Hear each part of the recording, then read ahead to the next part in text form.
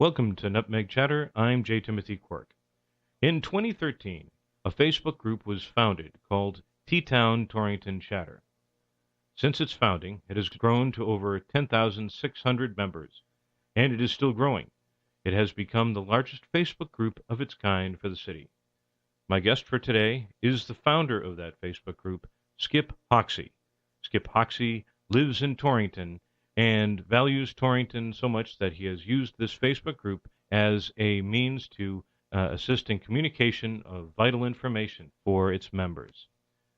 So please sit back and enjoy this conversation with the founder of T-Town Torrington Chatter, Skip Hoxie, here on Nutmeg Chatter.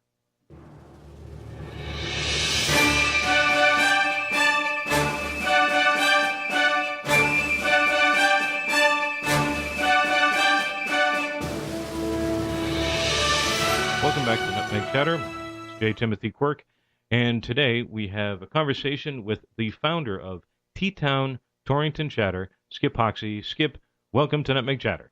Thanks, Joe. Glad to be here. Now, tell me a little bit about Facebook groups in general, and for the listeners who may not be a part of Facebook or may be a part of Facebook but not part of any Facebook groups, what are Facebook groups in general? I guess I would have to classify them as social media groups or gatherings of people with similar interests.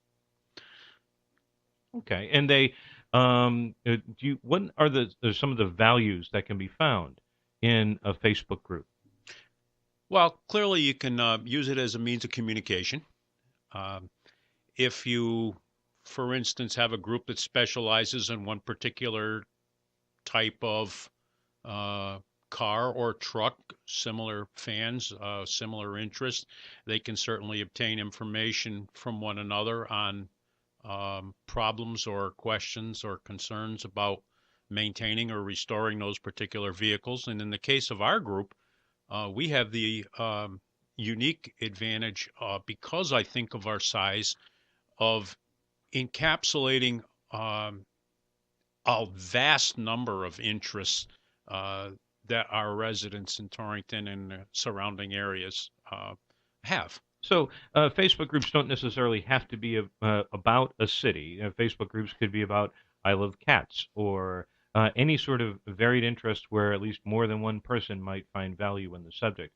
But in this particular case, it's about the city. Is that correct? Sure. This group was founded with the specific intent of helping to improve the image of the city of Torrington. We've had a mission statement from the very beginning, which essentially says that we're here to create a better place in which to live and raise a family, start and run a business in the Torrington, Greater Torrington area. That's interesting. We're going to get into the history of T-Town Torrington Chatter in the second half of our segment. But for our listeners, what is something that the T-Town Torrington Chatter Facebook group currently does today that adds to that mission statement? Well, one of the main things that we've done most recently is tried to become an outlet for things that are occurring within the city of Torrington. For instance, not only just activities, but also the political process, any concerns or problems that may arise that may impact the residents of the city of Torrington. We try to have a hand in all of those interactions. Now, does a member have to be a part of any particular political party or any particular persuasion, if you will? No, not at all. I've been asked that question a lot of times, and I think honestly, we encourage people from all political persuasions to take part in our group. We are tolerant of all political and religious and ethnic backgrounds, and I really enjoy the diversity. Excellent. Now, just for some of the basics, to make sure that people understand, first of all, in order to become a member of the T-Town Torrington Chatter Facebook group, they have to be a member of Facebook. They have to actually have a Facebook account, right? Absolutely. Okay. Yes. And then once somebody has a Facebook account, they then could search for the Facebook group under the name T-Town Torrington Chatter, and they would look for the one that has over 10,600 members. or above. Yes, that's exactly true. We've had a lot of people that have opted to start similar groups with similar names, and unfortunately, Facebook doesn't regulate that as tightly as I wish they would. And consequently, there's, I don't know, probably 25 or 30 groups with similar names out there within our geographic region. Well, as they say, there's nothing that's more complimentary uh, than or nothing more flattering, if you will, than reproduction, or if you will, Sure. or imitation. Exactly. Now, the in terms of the once somebody has a Facebook account and they find the T-Town Torrington Chatter, they they request to become a member, and is that it, or is there another level of scrutiny or something that has to happen? Well, we ask that they review the rules of the group. We have a set of guidelines that we developed at the very beginning, and we ask that they read them and agree to try to comply at least with our basic guidelines. And at that point, they would be approved by one of our administrators. Okay, and what are some of the rules? You don't have to say them off the top of your head, of course, but kind of what's the general idea behind the rules? Well, respect is clearly one of the main concerns, and all conversations need to be kept respectful. There needs to be an appropriate use of language, no swearing or uh, uh, disrespect towards another member will be tolerated at all. Okay, that's a kind of a reasonable way to um, you know proceed. If you want to make sure that people are respectful of others, especially because, as you say, they don't have to become a member, or they don't have of a particular political party or have a particular political persuasion to join and then to participate in the conversation. And so, because of that, and obviously on the internet, it's very difficult to have conversations of substance as it relates to politics. So people have to be respectful when they do so, correct? Exactly. There's plenty of groups out there that have no rules, and we felt that in order to keep the group at least PG rated, we needed to have some controls in place which would allow that to occur. Okay. Well, when we come back, we're going to continue our conversation about T-Town Torrington Chatter and some of the methods that people can use that service, and also some of the history behind T-Town Torrington Chatter. I'm talking with Skip Hoxie, the founder of this Facebook group that has over 10,600 members and growing. This is J. Timothy Quirk, Nutmeg Chatter. We'll be right back right after this.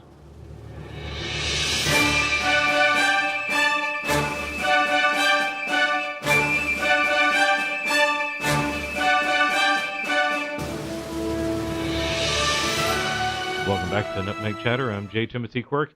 I'm speaking with Skip Hoxie. Skip is the founder of T-Town Torrington Chatter, which is a Facebook group that has over 10,600 members. It is the largest group of its kind that represents this particular city. Now, Skip, we talked about the basics of an individual who has a Facebook account who wants to join, and then the account, and they have to be familiar with the rules, which ultimately it is almost like the golden rule of do unto others as one would do unto you, and specifically as it relates to respect within conversations, correct? Absolutely. Okay, and then after that, after they've joined, then when they post, are those posts automatically, do they just show up? Could somebody try to game the system, so to speak, and once they join, then put something that is inappropriate? Well, we have an approval process, and an administrator needs to approve all the posts before they are published to the group. Okay, and that's true across the board for every single post.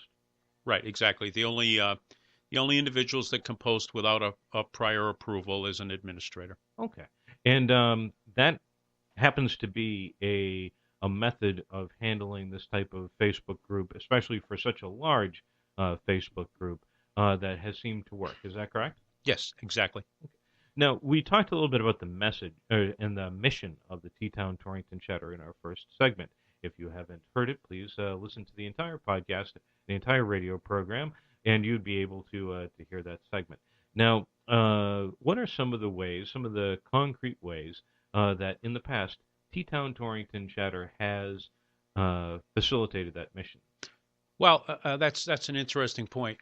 When we originally started the group, we decided that one of the things we wanted to do was, rather than just be an online presence, we wanted to make sure that we met at least on a monthly basis with administrators and also anyone else from the group that cared to participate. And during that time, the administrative board, began to establish themselves as somewhat of a steering committee for the group, and they took an interest in starting a number of different actions to facilitate that. We've had continually, just about, we've had food drives and we've had coat drives, and we've had campaigns to support local businesses, which we still incidentally are very actively involved in.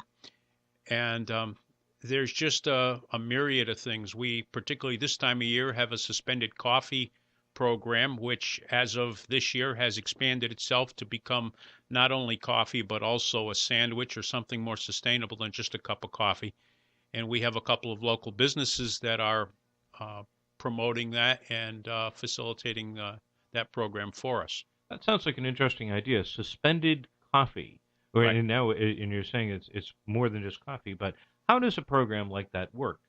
Well, essentially, we promote it on the group, and when you stop at one of the local coffee shops, be it Cafe 38 on Main Street or Coffee House Plus on South Main, and you buy yourself a cup of coffee, just buy an extra one, and they pass it out to the individual that comes in there that may need it and benefit from it. And so by buying one, you're not they pour you your cup, but Correct. they hold on to they don't pour another one and wait. They Right. wait until someone is requests that. Is that correct? Sure. Okay. Sure. And then they're able to get the that free coffee because that's what they need, Hmm. and that's a way of giving back to the community. And you're saying there's not just coffee, there's also other items as Sure. well. You can buy a cup of coffee for yourself and a sandwich for someone else, or a sandwich for yourself and a sandwich for someone else, or whatever you'd like. The point there is that there are people in this town that have a great need, and the people that run these businesses see these individuals on a regular basis, and it's nice to be able to just pass that on. Sure. And you mentioned earlier the coat drive. Coat drive, I believe it was called Skip's Coat Drive. Yeah. Tell me about that idea. Okay, well, that essentially started because we had so many individuals that really didn't have a warm winter coat or mittens or gloves or a hat. And we wanted to make sure that the people in this area were taken care of. Well, unlike a lot of the coat drives where everything gets sent to Hartford or to Waterbury or elsewhere, everything here was collected from our residents here, categorized, and then actually passed out locally. The thing of it is, we had such a tremendous response to it due to the participation from our neighbors and friends that we were able to exceed our needs substantially and sent a great many coats on to Hartford and also to Fish and the Salvation Army and a number of other local service providers. Now there were in order for somebody to donate a coat, since Facebook does Facebook may have an address in California, if you will, and T-Town Torrington Shatter doesn't have a physical location. How did people donate those coats? We have a list of local businesses that stand at the ready to participate as a drop off or collection point for these. And then volunteers from the group go around, pick them up, and make sure that they're cleaned and in good repair. And then we pass them out. We make announcements as to when and where the uh, uh, places are going to be that we can offer these items to the people that need them, and that's how we pass them out. So for the coat drive, you worked with local businesses to be, you know, receivers of these coats, and for the suspended coffee campaign, you worked with businesses to, uh, to participate in this particular program. So it seems to me that the Facebook group does attempt to help citizens within the community with the help of businesses that are also in the community that are community centric. Is that a fair assessment? Absolutely. I mean, our main goal certainly is to get the coats and other winter wear out to the people that need them. But the other thing is to drive people to the businesses. The more foot traffic that comes into these businesses, the better these small local businesses are going to do. That's wonderful. Now, one of the ideas that T-Town Chatter had done in the past is something called a cash mob. And currently, what they do is the trivia, Right. correct? Tell me about those ideas. Okay. Cash Mob was started early on, and what we would do is we would feature a local business, and we would promote that business for typically a week, involving 2 weekends and the weekdays in between. And we would encourage everyone to meet at this specific business at a date and time that was announced, and we would literally mob them. That's right. You would have individuals show up and participate by purchasing something for that business that would hopefully, and the idea of cash as opposed to using credit Mm-hmm. card or something along those lines. Although I'm sure you didn't have any rules that said, well, you couldn't use a No, credit card. exactly. But the idea was to show up at a business to support that particular business. How were those businesses selected? Well, a lot of times they will ask us if they could be the featured merchant for that time. Those drives were done once a month Mhm. at that point. It was a rather arduous task to get everything up and running on that.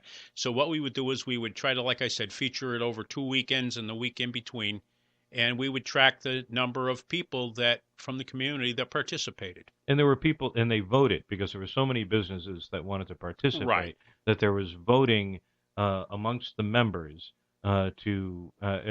hopefully through all the members that voted to select the particular businesses that would then be the recipients Right. of that. We actually had members uh, set up a poll. One of our administrators at that point set up a poll and tracked the results of this so that we could actually have a reveal. We would actually announce who the winning business would be for that month, and then we would promote them, and they would all show up at the given point in time. And now we have an idea which is trivia, correct? Could you tell me about the trivia challenges on T-Town Torrington Chatter? Yep, it was actually done because it was much easier for us to implement with a minimal amount of help. We weren't getting the volunteer participation that I wish we had, and quite honestly, this was an offshoot of that. And what it was we would feature a local business for here again, the same time period. We'd essentially started on a Sunday and run through to the following Saturday. And we would obtain prizes from that particular business. And our trivia master is also an administrator in the group named Jack McKeon. And Jack is a history buff. And the question that's asked every night, and he puts a great deal of effort into researching these and coming up with rather difficult questions, but yet something that the people that participate in the group can learn from. And very typically, it's a question pertaining to the history of the area, and specifically Torrington. Sure. Okay. Well, tell you what, we're going to take a quick break, and when we come back, we're going to talk about you and your founding of the T-Town Torrington Chatter. So we're talking with Skip Hoxie, the founder of T-Town Torrington Chatter, the Facebook group with over 10,600 members and growing, the largest Facebook group of its kind for the city. We'll be back in just a moment. I'm J. Timothy Quirk, and this is Nutmeg Chatter.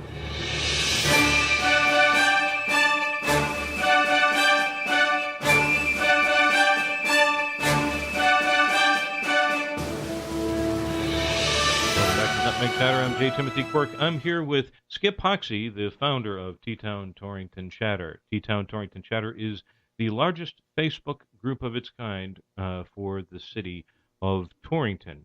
It was founded by Skip Hoxie. Skip is in the studio with us today. Skip, have you always been interested in technology, and is being an administrator and a founder of a Facebook group something that you had always wanted to do, or was it something that you explored and found and discovered through other means? Well, truthfully, no, I didn't really. I'm not necessarily a technology buff, and I had no intention of doing this. This arose actually from a dispute that we had with one of the original Torrington groups that banned two topics that we were felt needed to be discussed, and those were religious topics and also political topics.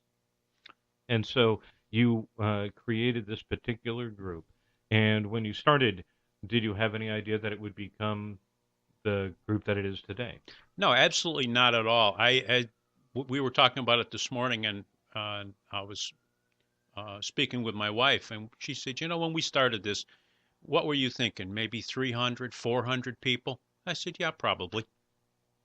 Now, is the number of people in a group, is that an important number, do you think, for you, or is the quantity or quality of discussion an important, or is the combination of both? Well, I think to some groups, the number of members is very critical. To me, I never had that expectation. So, no, I really was more interested in the quality of the group and the quality of the membership. So, I would have to say in my particular instance, no, other than the fact that when we have this many members and we do take on a task, whether it be showing up in mass at a town meeting or a food drive or the coat drive or whatever, we have a much larger impact, obviously, because of the membership. Okay. And now it seems to me that what you're describing is having an interest in making Torrington better. Did you grow up in Torrington? How long have you been in Torrington? I've been in Torrington most of my life, with a few years of exceptions.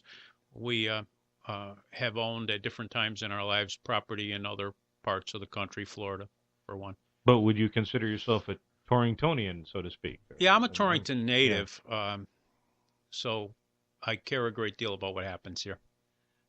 Is the interest in Torrington something that you've always had in yourself? Is it something that you discovered later in life after seeing some changes in the city or something? Or how would you describe your interest in the city? No, I've always had the interest in the city, but I have been here long enough and been observing long enough to see that the city has undergone some very radical changes over the years, and not all for the better. So I think the another original reason for starting the group was to try and change and improve that image, because this is still a pretty decent town. And you want to keep it that way, and so you want to promote the ideas that help shape that idea. Is that what you're saying? Well, sure. Everything from the business community. I understand the impact that, and one of the things that we don't allow is negative reviews. Local businesses are treated the same way that an individual would, another member. You have to have respect. And the people put an awful lot of work into building and developing these businesses, and a group like ours, because of the number of members that we have, has the ability to do either a great deal of good or a great deal of bad to that business's reputation. And I think it's important for people to recognize as well. Sometimes, if something is not allowed in a particular Facebook group, somebody might say, "What about my freedom of speech?" type of situation, and it's not. The freedom of speech is something that, from the Bill of Rights, means that the government can't prevent you from speaking your mind on a particular topic, it doesn't necessarily mean that you have a right to go into someone's private Facebook group, and it is a private Facebook group, correct? Yes, we are a private, closed group, and we make our rules and regulations known prior to joining. Okay, so that everybody knows what the rules are going in. So if they go in knowing what the rules are, that you can't post a negative review, and then they attempt to post a negative review, well, an administrator wouldn't allow that post to go forward, correct? Well, the post may get posted, Oh, but at that point, um, if we see some negative comments on an existing thread, we would typically go in and warn and delete the offending comments. And if there's an um, effort on the part of the original poster to follow through with another negative comment, the comment would be gone, and so would the member. okay. So these rules are understood going in, and so therefore the members should know that this is the expected code of conduct, right? Correct. Okay. It sounds like there's an awful lot of work that goes into becoming an administrator. Does it take a long time to be an administrator? Is it something that you wish were some sort of funded job, if you will? Because it sounds like it takes a lot of time, effort, and energy to do it. Well, I know my wife would like it funded, but it does take a great deal of time. No, we typically have very little to no turnover as far as our administrators are concerned. I think our current administrators have been with us 2.5 or even 3 years or so now.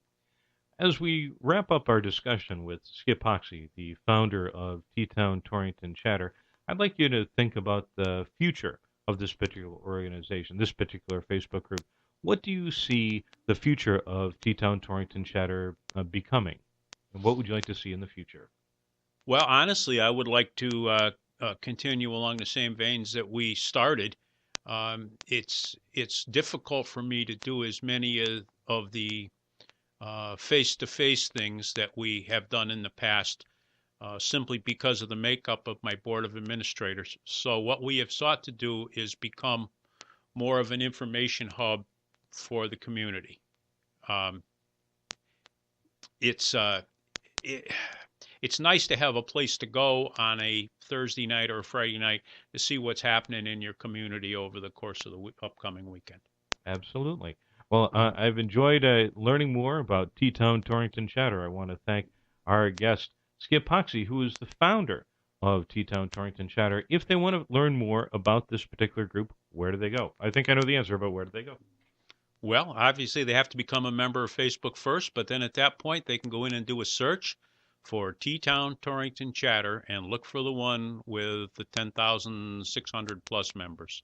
And we will see that number, I'm sure, continue to grow as the continued success of the group, as it continues its mission, moves forward for the community. I want to thank my guest, Skip Hoxie, who's been our guest on Nutmeg Chatter. My name is J. Timothy Quirk. I hope you enjoyed the program. Some music has been provided by the Jingle Punks, courtesy of YouTube royalty-free music. So we thank you for that. WAPJ, Torrington Community Radio. Thank you for listening. And up next will be Counterspin, followed by The Hotspot with Darcy. So please stay tuned for that.